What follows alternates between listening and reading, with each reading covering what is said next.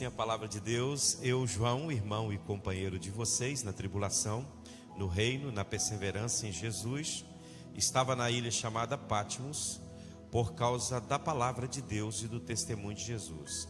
Achei-me no Espírito no dia do Senhor e ouvi atrás de mim uma voz forte como de trombeta dizendo: escreva no livro o que você vê e mande-o às 7 igrejas: Éfeso, Esmirna, Pérgamo, Tiatira, Sardes, Filadélfia e Laodiceia.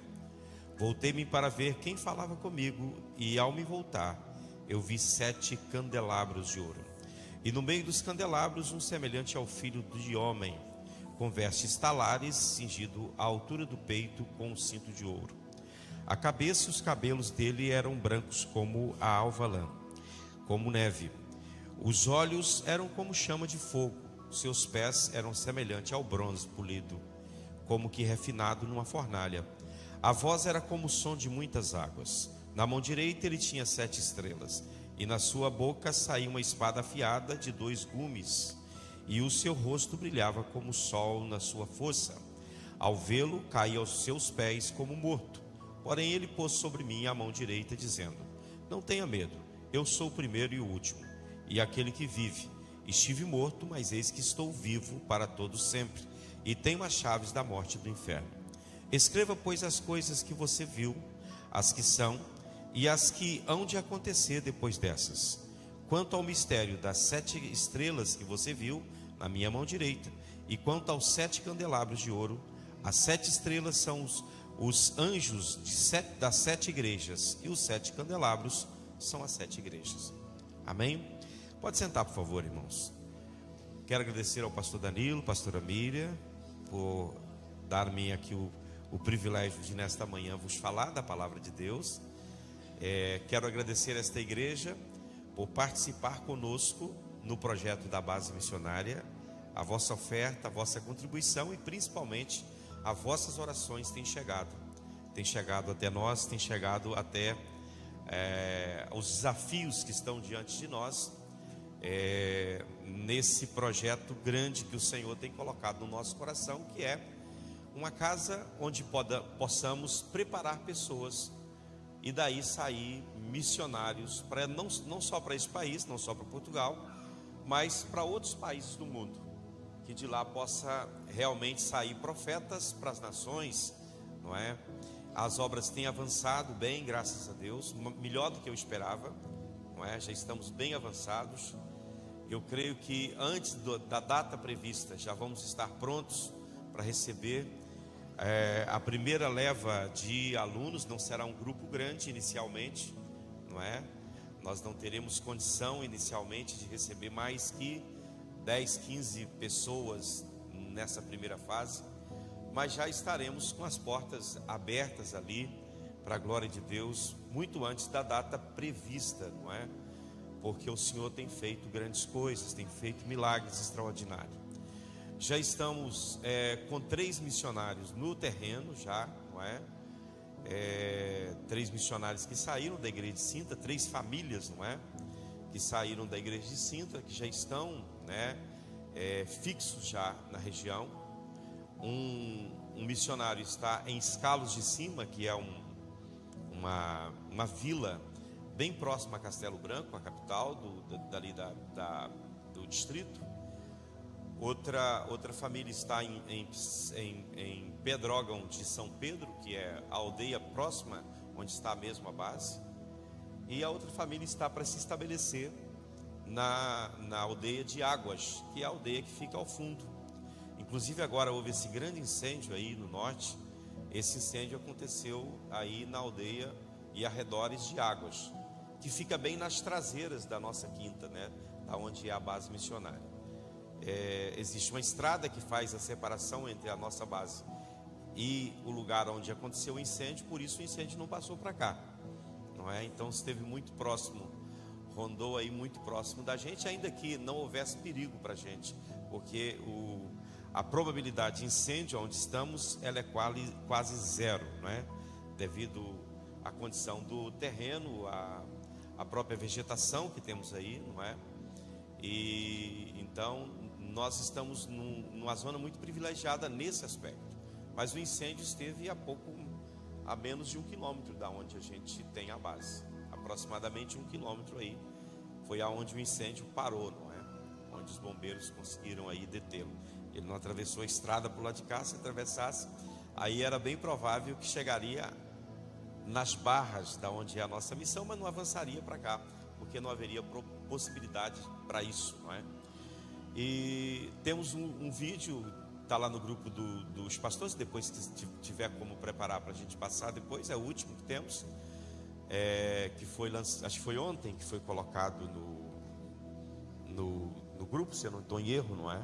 É o último vídeo, é o vídeo mais atual. E estamos avançando, as obras estão avançando, a gente na nossa limitação estamos trabalhando, não é?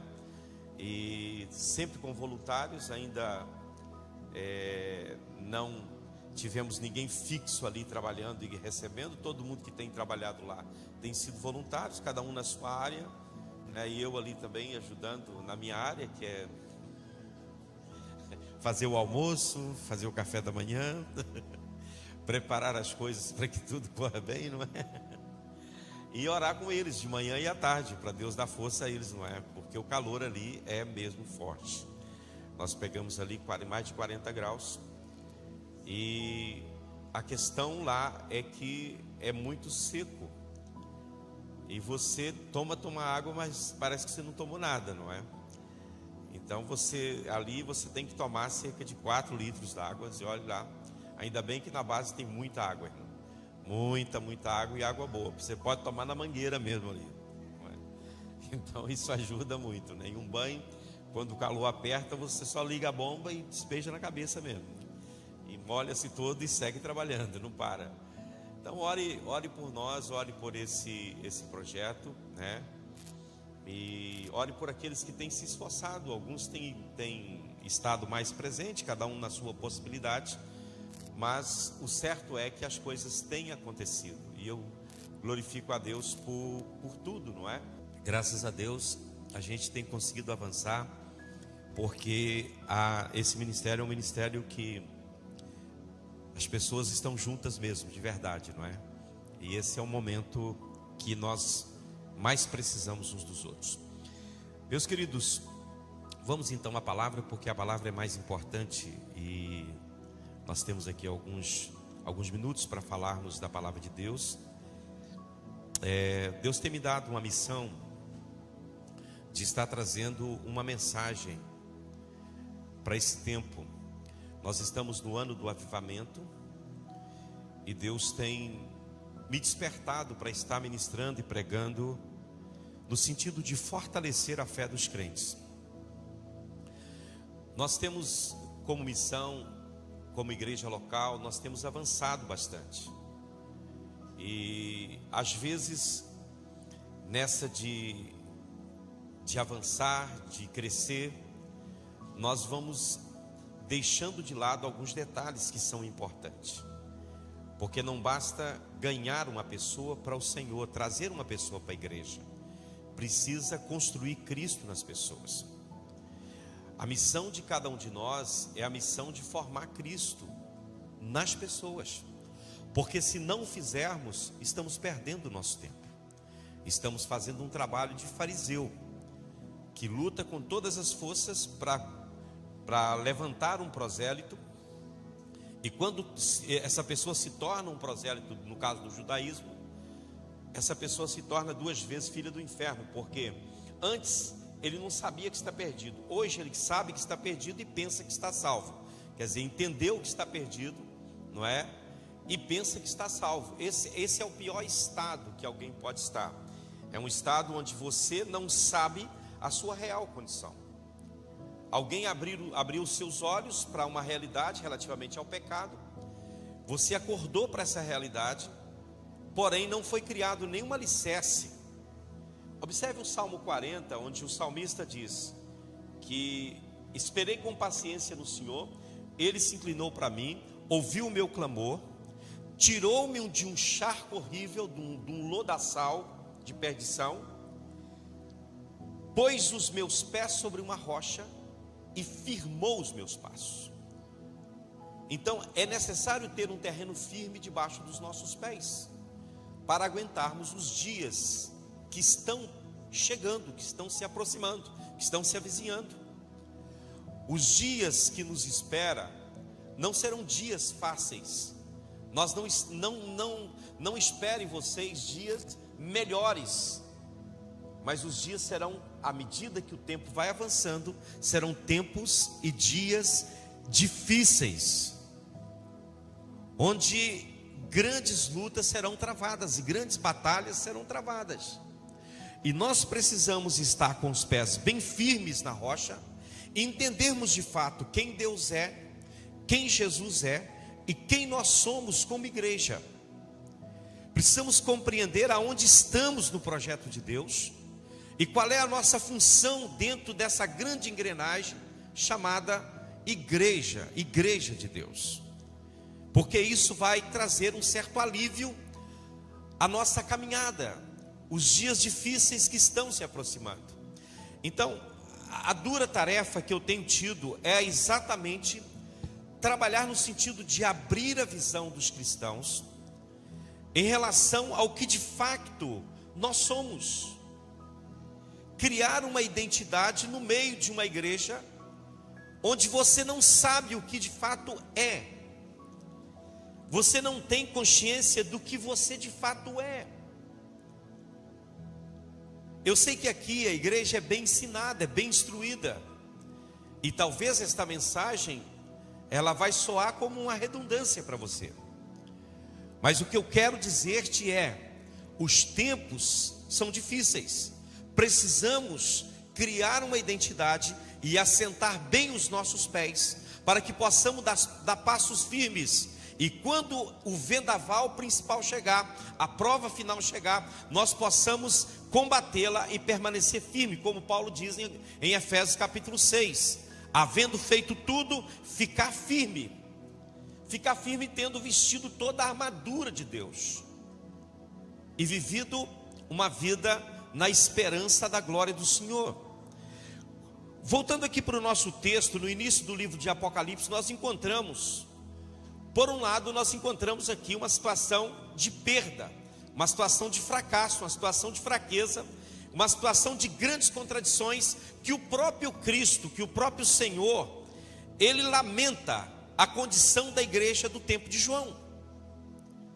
Ele escreve 7 cartas para 7 igrejas representativas, e nessas 7 cartas ele tem sempre alguma coisa, com exceção de Filadélfia, ele tem sempre alguma coisa a apontar.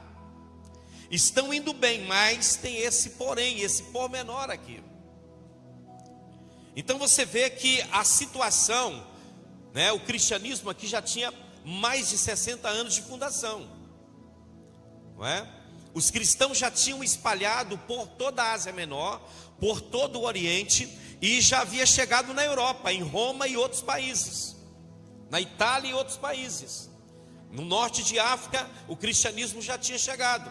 O avanço do cristianismo tinha alcançado regiões longínquas. Mas na mesma proporção que o cristianismo crescera também a perseguição sobre os cristãos, e um combate ferrenho por parte do Império Romano quanto à fé desses crentes.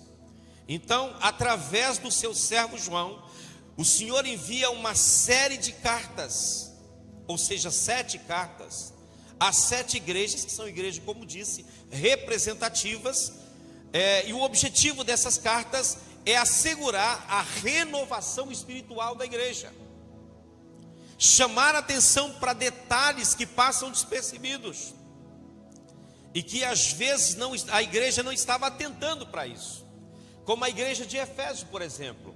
Se você ler a carta que o Senhor mandou para a igreja de Efésio, você se alegra no começo, e parece que todo pastor queria ser pastor de uma igreja como a igreja de Efésio. Mas o Senhor vai dizer: eu tenho porém contra ti uma coisa: tu esqueceste o primeiro amor. Você deixou o primeiro amor. Você está indo bem, tudo parece estar certo. Você pôs à prova aqueles que se diz apóstolo e não são.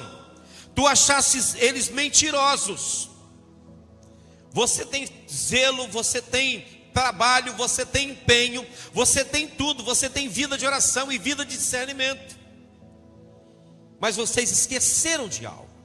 Esqueceram do primeiro amor. Então, se você for vendo cada carta, eu não vou falar delas, mas você vai ver e observar claramente que Deus, em todas essas cartas, Ele visa trazer um renovo à igreja. Decorria aqui o ano 90. Quem estava no governo era Domiciano, era o imperador. Roma governava o mundo. Os cristãos eram perseguidos. João, por causa da sua fé, ele vai declarar, ele foi lançado na ilha de Patmos, era uma ilha prisão. Funcionava uma prisão romana aí. Os bandidos mais perigosos eram levados para aí, para serem devorados por feras, ou para serem mortos aí. E João, ele está nessa situação, e nessa condição de perseguição, ele tem essa visão maravilhosa do Senhor. O Senhor aparece para ele. Ele diz que ele estava orando no dia do Senhor, ou seja, no domingo. Ele estava na presença, eu não sei como é que ele sabia que era domingo. Depois de tanto tempo num lugar, às vezes você perde a contagem do tempo. Mas ele sabia que aquele dia era o dia do Senhor. Observe que esse homem era zeloso. Ele tinha um compromisso com Deus. Ele sabia onde ele estava e sabia que Deus estava ali com ele e que Deus tinha algo especial para ele ali. Os cristãos desse tempo estavam vivendo em meio a muita adversidade, a muita perseguição. Eles estavam vivendo também numa espiral descendente, como se movendo ainda mais profundamente para dentro do sofrimento. Por quê? Parece que não havia trégua aqui para os cristãos. Mas é claro, você que está longe hoje dos 2000 anos que já se passaram desses ocorridos, você olha e diz, que maravilha! Quanto mais a fogueira queimava, mais se alastrava a fé dos cristãos. É bonito dizer isso. É bonito pensar e olhar que quanto mais a igreja era perseguida, mais ela crescia. Mas para quem vivia este momento, não era nada bonito e nada fácil. Só quem já viveu em condição de perseguição sabe o que é você ser perseguido pela sua fé, pela sua crença, por conta de você professar algo que é a sua vida. Para os crentes da igreja de Esmirna, olha que o Senhor manda falar para eles. Olha, o Senhor diz que eles estavam prestes a sofrer uma perseguição que duraria 10 dias. Ou seja, Deus disse para ele, olha, a perseguição vai aumentar, o caldo vai engrossar. Vocês acham que estão sofrendo perseguição? A perseguição vai aumentar ainda muito mais e vai durar 10 dias.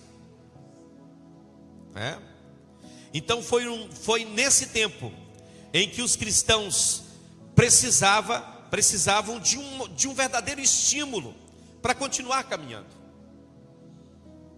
Hoje nós não estamos em um país de perseguição, mas nem por isso não estamos sofrendo perseguição. A nossa fé é provada todos os dias. A nossa confiança em Deus é testada todos os dias. Talvez não com leões, não com fogueiras, não com espada ou com armas na nossa cabeça.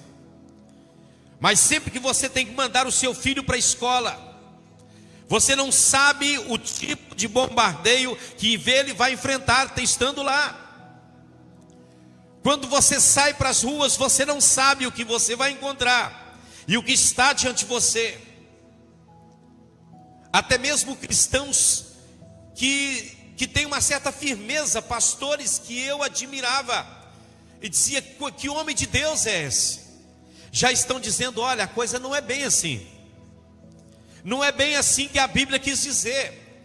Não é bem assim que queremos aliviar o fardo. Queremos contextualizar e ser igual às pessoas lá fora. Na verdade, estamos abandonando a fé. Na verdade, estamos retrocedendo. Não é? Esses cristãos, Eles precisavam estar preparados para as batalhas e os conflitos e os sofrimentos que viriam ainda. Jesus está falando: olha, os sofrimentos eles não vão terminar, eles vão continuar. Mas nada consola uma pessoa que está vivendo num clima de perseguição e de provação, onde a sua fé está sendo bombardeada, onde você tem constantemente diante de você uma luta, e o diabo tentando de todas as formas minar a sua fé, minar a sua capacidade de crença. Nada alivia dizer: olha, fica firme, porque sofrimento como esses, os nossos irmãos no mundo inteiro estão sofrendo. É uma palavra boa, mas nós precisamos de algo mais. Nós precisamos da própria vida de Deus em nós. Amém? À luz desses fatos, irmãos, recuamos e perguntamos: como foi e como é que o Senhor, Ele supre as necessidades do seu povo em momentos de luta, em momentos de perseguição, em momentos de angústia? De fato, nós podemos dizer, nós podemos olhar para a situação desses nossos irmãos e perguntar: como é que Deus ajudava esses cristãos? Como é que Ele supria as necessidades desses cristãos? Não é? E para nós, o que estamos enfrentando, como é que Deus vai nos ajudar diante do desafio? Esse padrão de fé que você crê, ele já não está mais na moda. Essa geração nova que está chegando, estão sendo doutrinados para rejeitar esse modelo de fé, esse modelo de vida que nós aprendemos. E essa geração, que é a nossa geração, está indo embora, e uma nova geração está vindo, que está vivendo e convivendo com padrões distorcidos da verdade. E nós precisamos, em nome de Jesus, abrir os nossos olhos e construir alicerces firmes, porque é isso que vai estar debaixo dos pés dos nossos filhos e dos nossos netos, quando os dias difíceis chegarem, onde você simplesmente dizer que você é um cristão, vai significar uma afronta para a sociedade. Como Deus responde? A resposta de Deus tem sido sempre a mesma. E eu acredito, irmão, porque a igreja é muito mais do que uma agremiação de pessoas. A igreja é muito mais do que o que nós vivemos na nossa geração. A igreja é algo celestial, imbatível, e que ninguém pode contaminar a igreja. Como é que Deus vai agir nesse tempo? Eu digo, Ele vai agir da mesma forma que Ele sempre agiu. Ele vai trabalhar da mesma forma que Ele sempre trabalhou. Ele vai trazer uma nova revelação de Jesus para a mente das pessoas. E os homens, aqueles que estiverem aqui, vão entender quem de fato é o Senhor. Porque o que te manteve de pé? Foi a sua fé, a sua confiança em Deus, a sua experiência com o Senhor, a sua vida no altar de Deus. Aleluia. A mente das pessoas, e esta é a minha oração, elas vão ser despertadas, vão ser abertas para o entendimento de quem é Cristo. Jesus vai se revelar às pessoas. Ele será pregado com mais autoridade e mais eficácia. E a nossa missão hoje não é ficar passando a mão na cabeça. A nossa missão hoje não é pregar mensagens meia boca, mensagens que acalentam o ego das pessoas. A nossa missão hoje é pregar Cristo, e esse Cristo crucificado, que é loucura para os judeus e escândalo para os gregos. Esse Jesus crucificado, que talvez na perspectiva de alguns está fora de moda, mas Jesus nunca saiu de moda, e a fé nunca saiu de moda.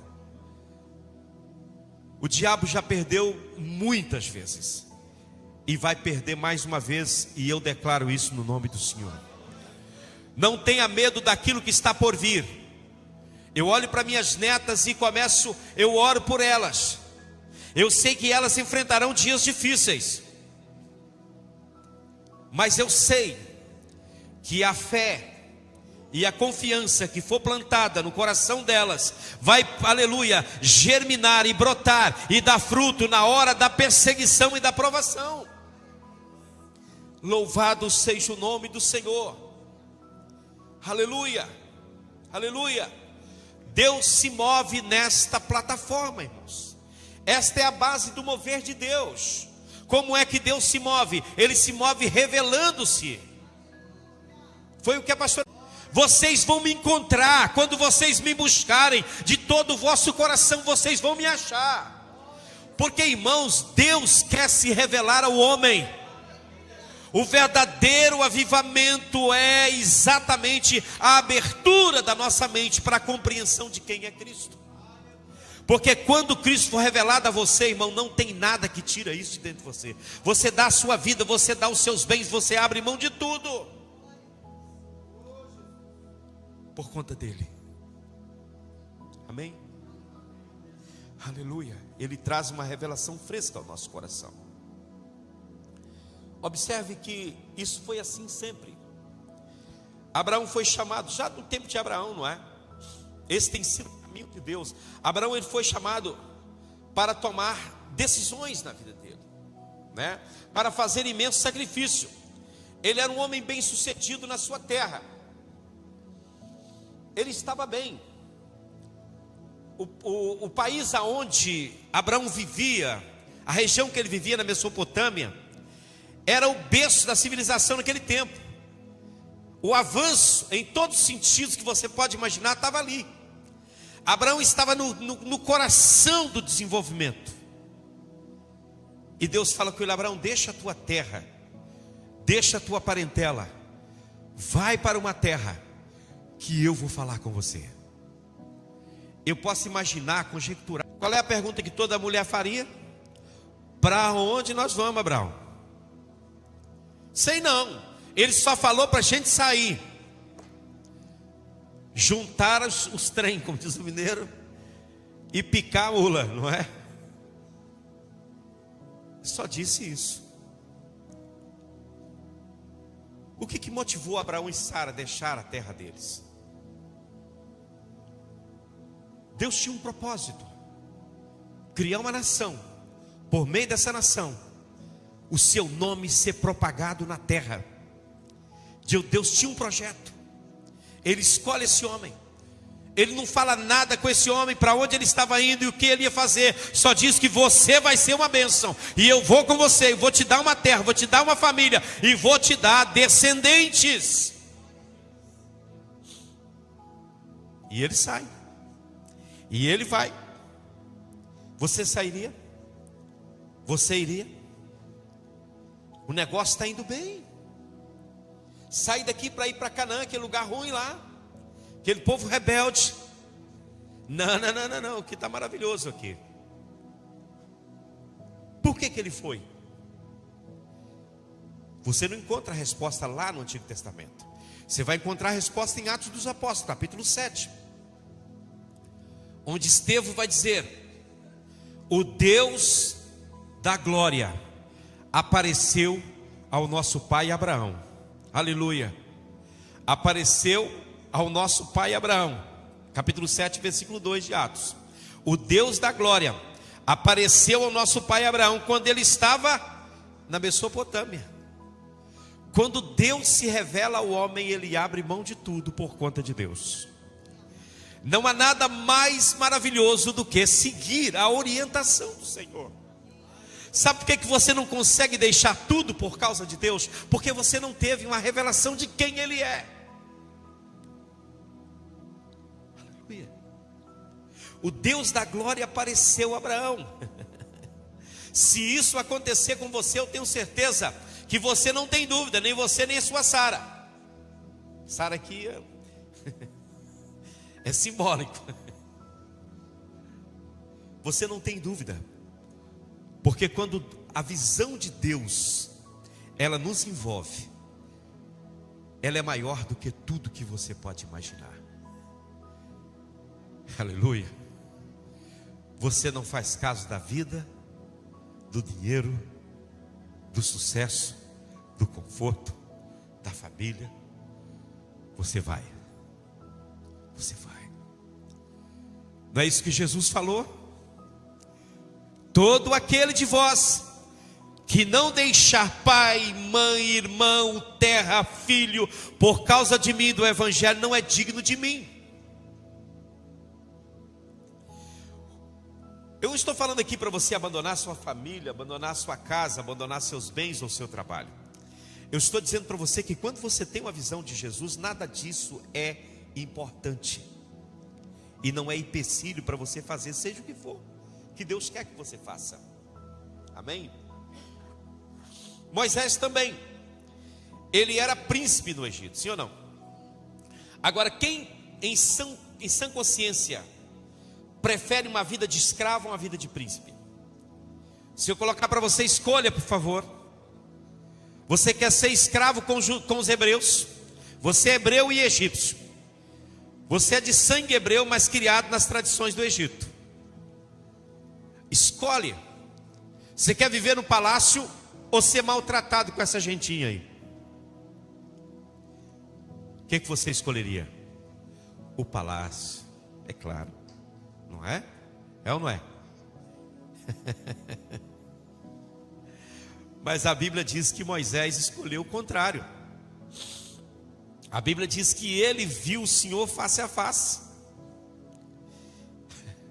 Deus se manifestou a ele. E a resposta para a decisão de Moisés está em Hebreus capítulo 11, verso 27.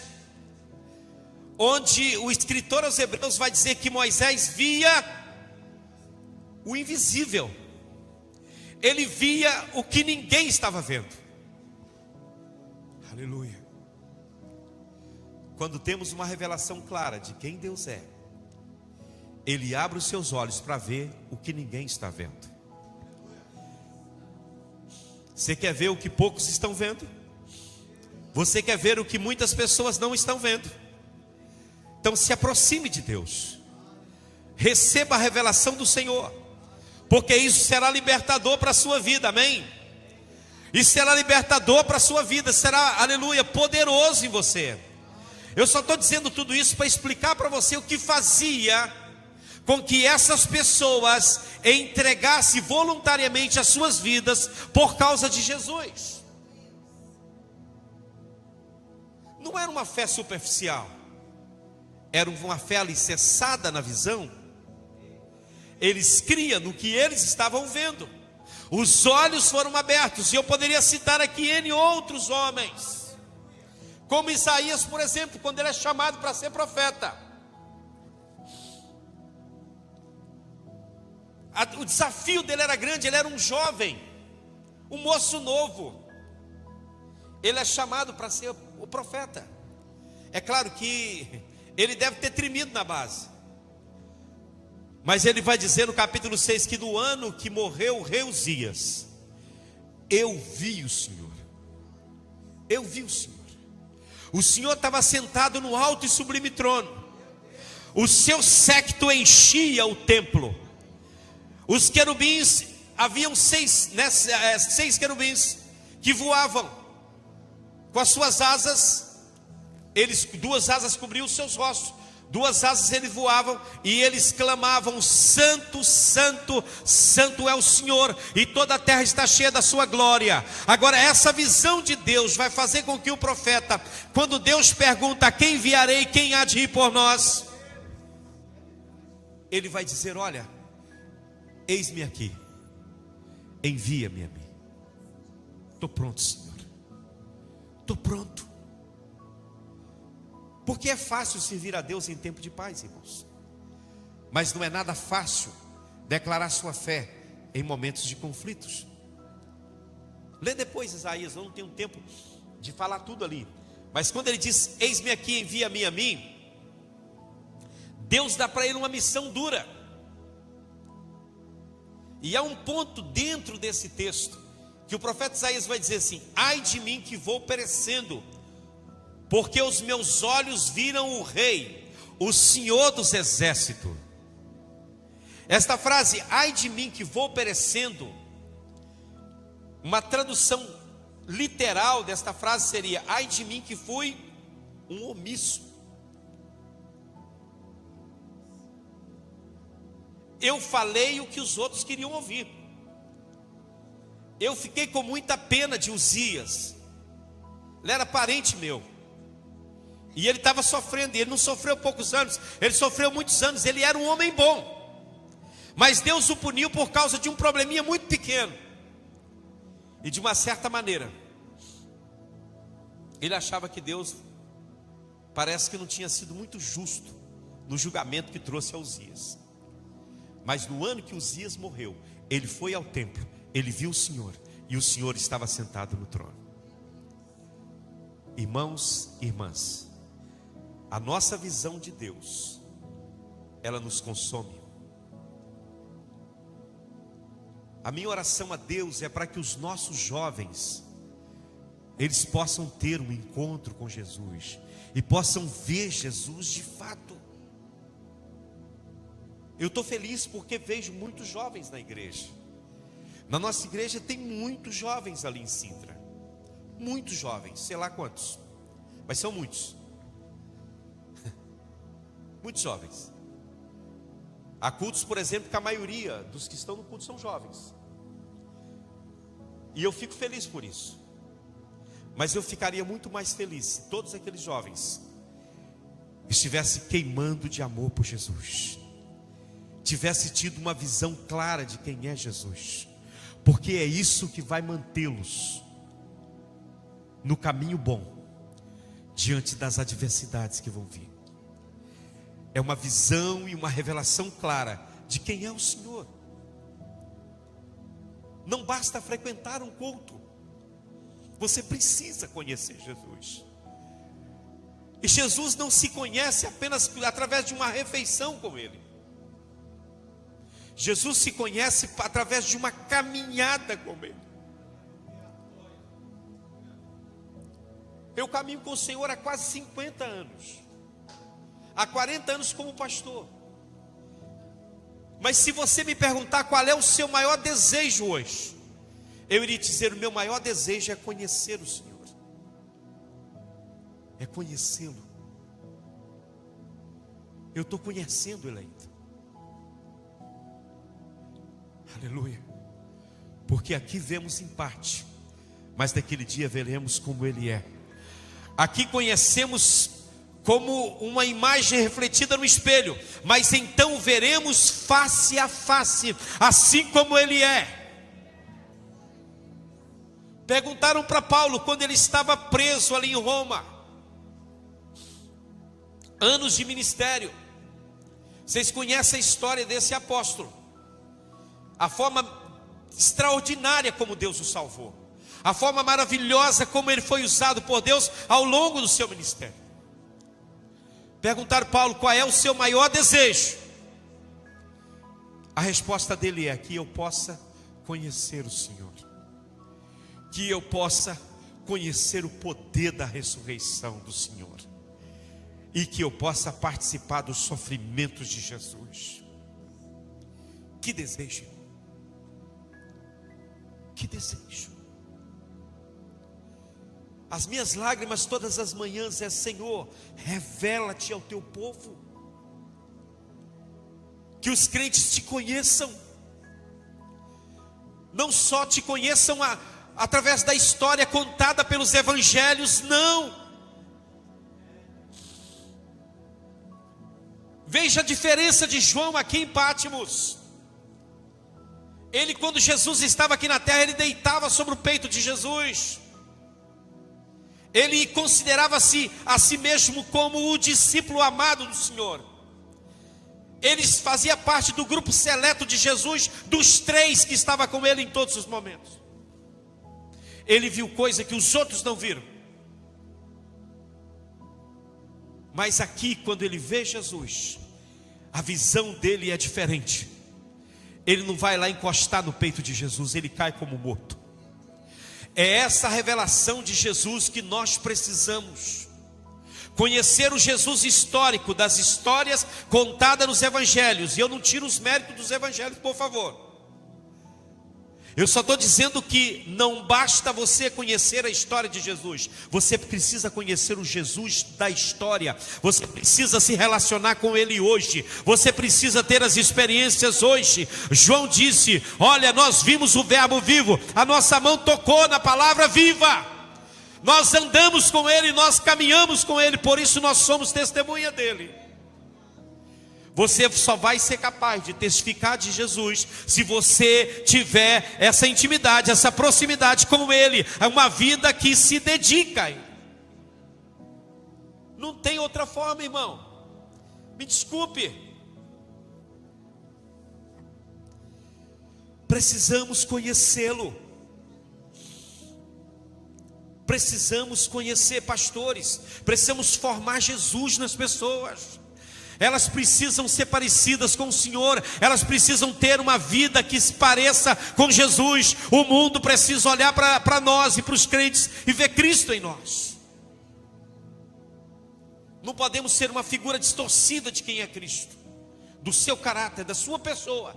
Temos que ser uma figura clara de quem é Jesus e de tudo que Ele representa. Porque o mundo aí fora, antes de conhecer o Cristo que você vai apresentar para ele e que você espera que ele conheça, ele vai conhecer o Jesus através de você, através da sua vida, do seu testemunho, do seu porte. Amém?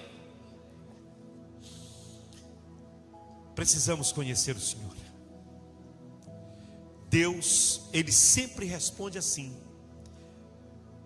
diante do desafio lançado pelo inimigo, onde a pessoa de Jesus é questionada. Observe que todos os concílios que houveram ao longo da história, o tema dos concílios sempre foi a pessoa de Jesus. O debate sempre foi a respeito da pessoa de Jesus, e principalmente contra a ressurreição de Cristo. Há um filme que foi lançado agora, não sei se foi agora, tem bastante tempo, mas eu assisti ele agora. Sei lá. Não é? É um filme até interessante. Eu não aconselho vocês a assistir. Só se você tiver uma fé muito alicerçada, não é? Eu nem sei por que assistir, eu não assisto filme. Mas quando vi o título e vi do que se tratava o cenário, era o cenário na Palestina, eu falei, olha, deixa eu ver. Onde eles descobrem uma ossada, numa escavação em Jerusalém, eles descobrem uma ossada dentro de um túmulo. O lugar onde eles descobriram, estava a inscrição de que ali era o túmulo de Jesus. Só que você entra a uma galeria e aquilo está vazio realmente. O túmulo não tem ninguém lá. Só que a arqueóloga, ela começa a cavar e acha uma pedra solta. E quando tira essa pedra, ela descobre que por trás daquele túmulo havia um outro túmulo, e que naquele túmulo estava ali um esqueleto. E foram fazer os testes daquele esqueleto e descobriram que aquele homem morreu no ano 32, era do sexo masculino, era judeu, tinha sido morto, crucificado. A lança tinha furado do lado dele. Os ossos não tinham sido quebrados. Havia marca de coroa de espinho na cabeça. Os espinhos entraram. E eles chegaram a uma conclusão de que aquele homem era Jesus, e que Jesus não tinha ressuscitado. E foi uma grande bomba. E aí pronto, o filme vai acontecer em torno disso. É algo terrível. É claro que por fim é provado que aqueles ossos não eram do Senhor, e que não tinham nada a ver. Mas o perigo do filme é o quê? É que ele tem uma dose muito elevada de ulismo e também, não é, da teologia da libertação. Porque no final, o desfecho do filme, o homem vai descrer na religião, o padre. mas vai continuar crendo em Deus. Vai descrer naquilo que é do homem, mas vai continuar crendo em Deus. Porque ele percebe que todas as igrejas, elas são igrejas, tem uma certa parte de corrupção aí dentro. E que a igreja, ela representa interesses das pessoas e não os interesses de Deus. E cria-se um celeuma aí sobre. Então, observe bem, sempre a tentativa de Satanás é tentar de alguma maneira provar que Jesus não ressuscitou. Desde os tempos dos apóstolos, quando os apóstolos saíram divulgando que Jesus tinha ressuscitado, os judeus, os líderes judeus, deram dinheiro para os soldados, sei lá, os discípulos vieram e levaram o corpo dele, para dizer que Jesus não tinha ressuscitado. Porque a base da fé cristã é a ressurreição de Cristo. Porque se Cristo não ressuscitou, disse Paulo, a nossa fé é vã, o nosso evangelho é vão, mas nós cremos que ele ressuscitou. Porque se ele não ressuscitou, não há esperança para nós, irmão. Está entendendo? Mas o nosso Jesus ressuscitou, sim ou não? O nosso Jesus ressuscitou. Ele está vivo. Ele está vivo. Ele está vivo. Aleluia. E é por causa da nossa fé que os desafios vão vir, que vamos ser confrontados. O inimigo vai criar artimanhas de todas as formas para afastar você da sua crença e da sua fé. E eu quero concluir o que tenho para vos dizer nesta manhã, esperando que a cada dia você possa, de fato, alicerçar a sua fé em Cristo, na sua palavra. Que nos dias maus que estão por vir, que você possa estar pronto para esses dias. Que você possa enfronhar mesmo nas Escrituras, conhecer Jesus por meio de um relacionamento próximo com Ele. Não só num culto, uma vez por semana na igreja, mas que você tenha uma vida diária com Ele, uma vida que se renova a cada dia, uma vida, aleluia, de desejo por Ele, que Ele seja a sua paixão maior, que Ele seja tudo aquilo que você necessita, aleluia, louvado seja o nome do Senhor. Como é que eu posso viver assim? Qual é a resposta para o nosso alargamento? Qual é a resposta para vivermos uma vida vitoriosa? A nossa libertação, para nos livrarmos dessa pequenez, dessa fé tão pequena que temos,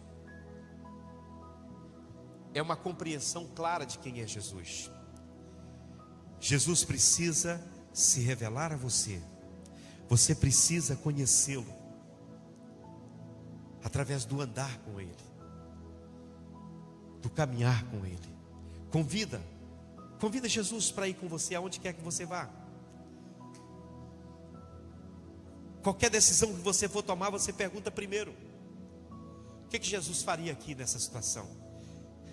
Não entre em nenhum lugar onde Cristo não possa entrar com você. Não faça nenhuma coisa que Cristo não possa fazer com você.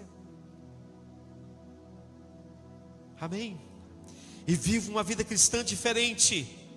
Aleluia, tenha uma compreensão da grandeza desse Cristo que você serve, porque isso vai ser a sua força, isso vai te manter no curso. Aleluia. Se você está sofrendo, se você está passando por adversidade, se as nuvens parecem estar escuras, negras, você olha para o horizonte e não vê esperança, deixa eu te dizer, há um Cristo que governa sobre todas as coisas. Amém? O livro de Abacuque, ele traz para a gente no capítulo 2 algo muito especial, de como você pode viver em dias de adversidade. Abacuque, ele viveu num dia de adversidade, e ele não entendia por que aquilo estava acontecendo. E ele então questiona Deus. E Deus então responde para ele. E a palavra de Deus para Abacuque era uma só: olha, eu não vou falar com você diretamente, mas você vai ter que me conhecer e vai ter que buscar a resposta. Abacuque, ao invés de desistir, ele vai para a oração. A Bíblia diz no capítulo 2 que ele sobe para a torre de vigia e ele fica lá. Ele fica lá esperando. Não sei quanto tempo ele ficou, mas a ordem de Deus é para que ele permanecesse lá. E a pergunta dele: quando virá a visão? E Deus vai dizer: olha, ela pode vir de manhã, mas pode vir também à tarde. Mas se ela demorar, o que você faz? Espere. Ah, Senhor, mas enquanto eu estou aqui esperando, o ímpio está se vangloriando. Aí Deus diz: não importa com o ímpio, não importa com Satanás, é aquilo que ele está fazendo, eu cuido dele. O ímpio, a alma dele está inchada nele, eu vou tratar com ele, mas aguarde aí. E ele espera. E Deus traz 3 revelações para ele: uma no verso 4, no verso 14 e outra no verso 20, que é o segredo do avivamento. Primeiro,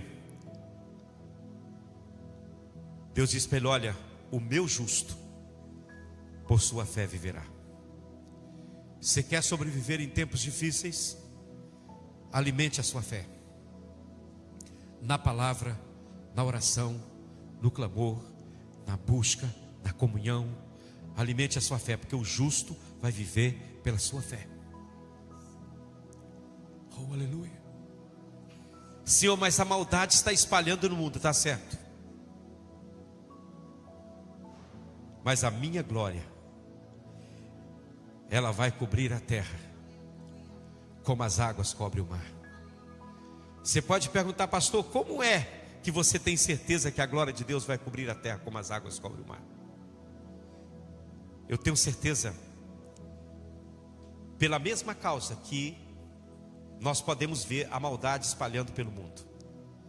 Se o mal, que tem como o regente Satanás, ele se espalhou pelo mundo, por que não a glória de Deus, que tem como regente o próprio Deus? A glória de Deus encherá a terra, sim, Senhor. Se o mal espalhou-se pela terra, o conhecimento da glória de Deus também se espalhará pela terra. Ninguém pode impedir Deus. Zacarias 4. Não é por força, não é por violência, mas é pelo meu Espírito, diz o Senhor. Operando Deus, quem pode impedir? Eu tenho convicção, irmãos, não tenho dúvida de que a glória de Deus vai cobrir a terra como as águas cobrem o mar. Não vai ficar um canto dessa terra onde a glória de Deus não manifestará. Não vai ficar. Porque seja Deus verdadeiro e todo homem mentiroso. E a terceira razão pela qual você vai vencer, sua geração vai perpetuar, os seus filhos serão bênçãos em tempos futuros, é porque está no verso 20 do capítulo 2. Deus está no trono. Quem está no trono? Deus está no trono. Você crê que Deus está no trono? Deus está no seu santo templo. A palavra do Senhor diz: cale-se diante dele toda a terra. Eu creio nesta verdade, irmãos. Eu creio no avivamento, não naquele que muitos pensam. Eu creio no avivamento onde o conhecimento de Jesus vai inundar o coração dos crentes. Aleluia. De repente você vai estar lendo a sua Bíblia e ela vai abrir diante de você assim. E você vai dizer: o que é isso? E Deus vai dizer: isso é o maná.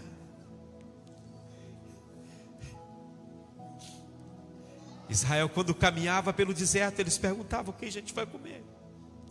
De onde o Senhor vai preparar pão para a gente comer? Deus mandou uma coisa redonda assim, sabe? Com um sabor gostoso de mel. Aleluia.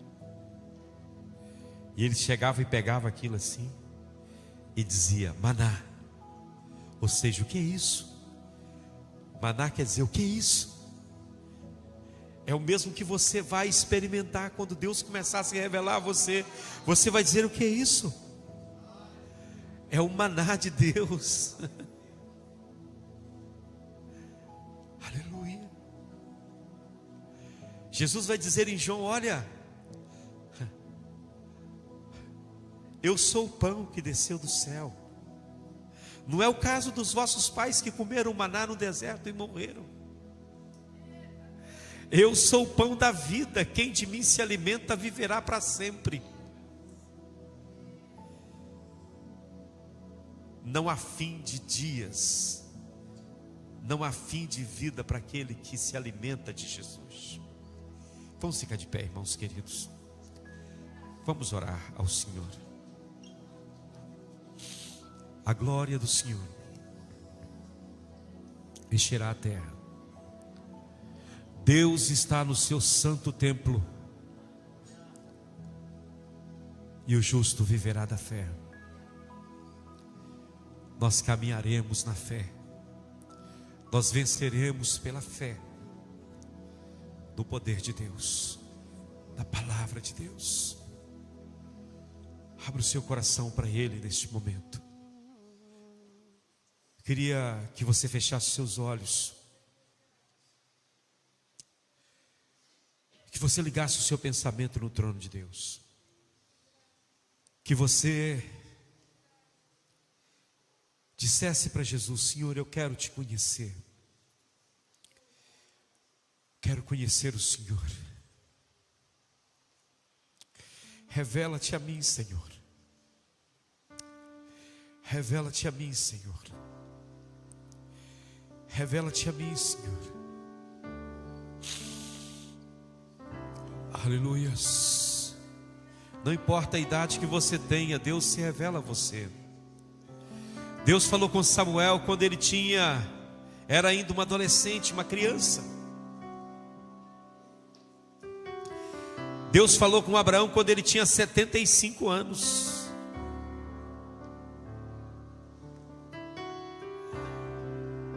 Deus falou com Moisés quando ele tinha 80 anos. Eu quero conhecer Jesus. Deus falou com Jeremias quando ele era apenas uma criança. Eu quero conhecer Jesus. Deus falou comigo quando eu tinha 15 anos de idade. Quero conhecer Jesus. E Ele se revelou a mim naquele dia, no dia 20 de julho de 1979.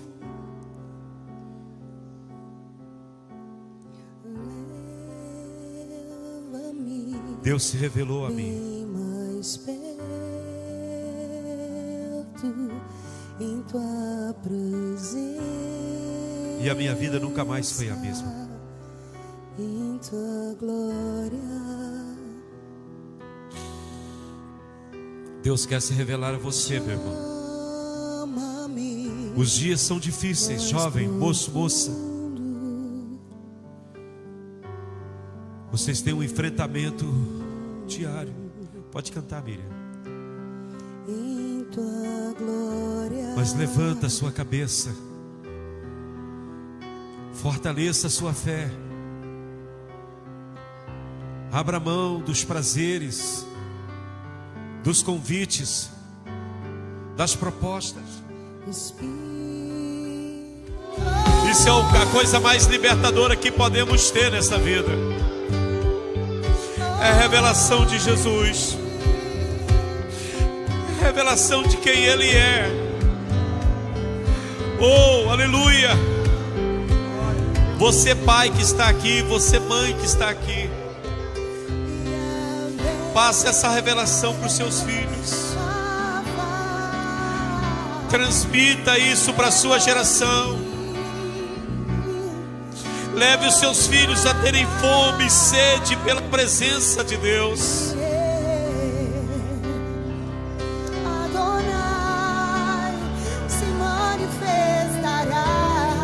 Leve os seus filhos a ter fome e sede pela presença do Senhor. Desejo por Ele.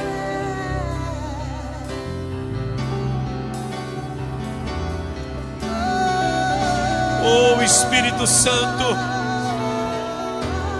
Espírito Santo, abra os nossos olhos para contemplarmos a Tua grandeza, Senhor. Senhor Jesus, eu levanto a Ti a minha voz neste momento em oração ao Teu trono, Senhor. Deus, Tu és soberano sobre as nossas vidas. Tu és o Deus que por nós tudo executa, Senhor. Tu nos ensina no caminho. Tu nos ensina enquanto caminhamos contigo, Senhor. Assim como aqueles discípulos no caminho de Emaús. Ó Deus, que os nossos olhos sejam abertos enquanto caminhamos contigo, Deus. Enquanto caminhamos contigo, Senhor, abre os nossos olhos. Oh, Senhor, fica conosco. Já é tarde, Senhor. A noite já vai adiantada. Ó Deus, fique conosco. Fica conosco, Senhor. Oh, aleluia, temos pão, temos peixe. Senta-te à mesa conosco, Senhor. E abra o teu coração, ó Deus. Revela-te a nós, Senhor. Tira toda dúvida, toda incerteza do coração dos teus filhos, ó Deus. Que a glória do Senhor encha as nossas vidas, os nossos corações, Pai. Para a glória do teu nome, Deus. Aleluia.